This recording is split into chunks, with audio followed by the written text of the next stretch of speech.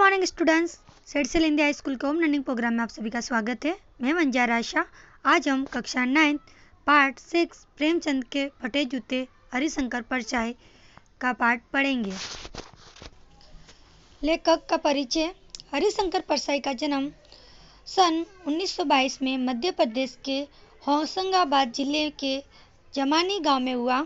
नागरपुर विश्वविद्यालय से उन्होंने एमए करने के बाद कुछ दिनों तक अध्यापन किया। सन 1947 से स्वतंत्र लेखन करने लगे। जबलपुर में वसुधा नामक पत्रिका निकाली, जिसकी हिंदी संसार में काफ़ी सराहना हुई। सन 1995 में उनका निधन हो गया। हिंदी के व्यंग्य लेखकों में उनका नाम अग्रणीय है।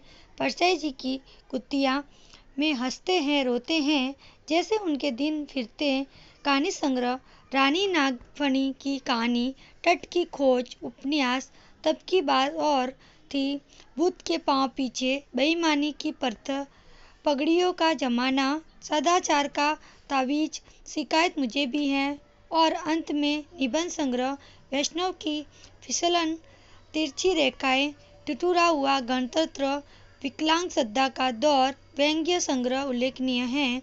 भारतीय जीवन के पाखंड, भ्रष्टाचार, अतिविरोध, बेईमानी आदि पर लिखे उनके व्यंग्य लेखकों ने शोषण के विरुद्ध साहित्य की भूमिका का निर्वाह किया है।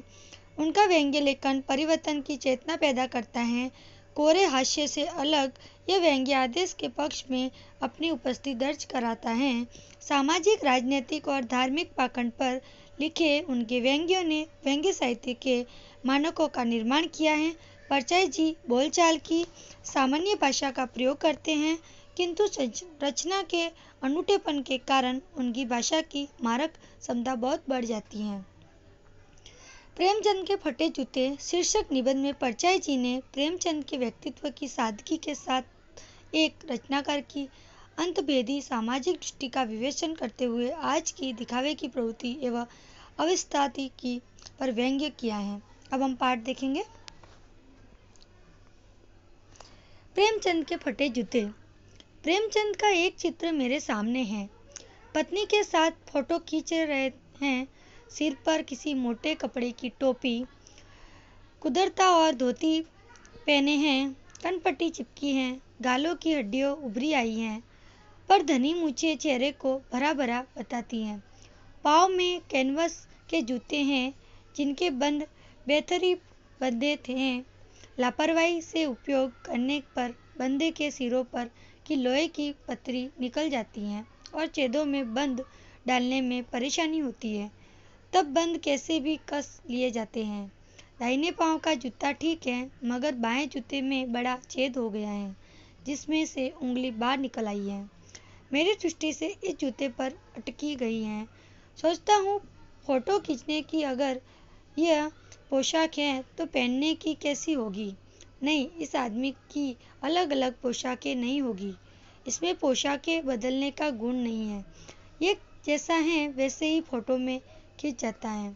मैं चेहरे की तरफ देखता हूँ। क्या तुम्हें मालूम है, मेरे साहित्यिक पुरखे कि तुम्हारा जूता फट गया है और उंगली बाहर दिख रही है।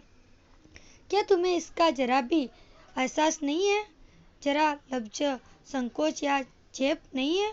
क्या तुम इतना भी नहीं जानते कि धोती को थोड़े नीचे खींच लेने से उंगली ढक जा सकती थी, मगर फिर भी तुम्हारे चेहरे पर बड़ी बेवफाई का विश्वास है। फोटोग्राफ ने जब रेडी प्लीज कहा होगा, तब परंपरा के अनुसार तुमने मुस्कान लाने की कोशिश की होगी। दर्द के गहरे कुएं के तल में कहीं पड़ी मुस्कान को धीरे धीरे खींचकर ऊपर निकल रहे होंगे कि बीच में ही क्लिक करके फोटोग्राफ ने थैंक यू कह दिया होगा। विचित्र चित्र है यह अधूरी मुस्कान। यह मुस्कान नहीं, इसमें उपवास का व्यंग्य है। ये कैसा आदमी है जो खुद को फटे जूते पहने फोटो खिंचा रहा है, पर किसी पर हंसी भी आ रही है। फोटो ही खिंचाना था तो ठीक जूते पहन लेते या न खिंचाते। फोटो न खिंचाने से क्या बिगड़ता। शायद पत्नी का आग्रह रहा हो और तुम अच्छे चल भाई कहकर बैठ गए होंगे, मगर ये कितनी बड़ी ट्रेडिस है कि आदमी के पास फोटो खिंचाने को भी जूता न हो।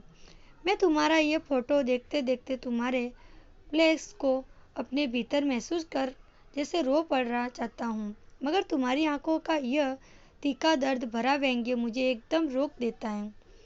तुम फोटो का महत्व नहीं समझते होते तो किसी से फोटो खिंचाने के लिए जूते मांग लेते।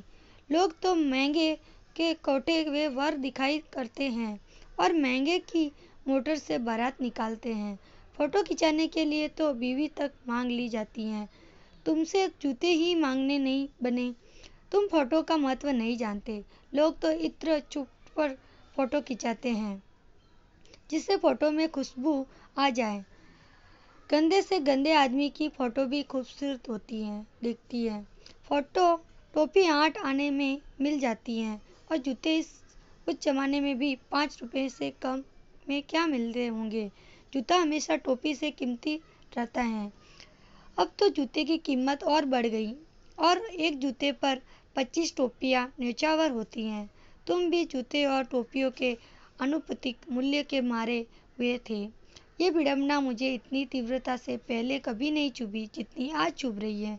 जब मैं तुम्हारा फटा जूता देख रहा हूँ। तुम महान कथाकार, उपन्यास सम्राट, युग प्रवर्तक जानने का क्या कहलाते थे, मगर फोटो में भी तुम्हारा जूता फटा हुआ है। बच्चों, आगे का पार्ट हम नेक्स्ट वीडियो में देखेंगे। Thank you.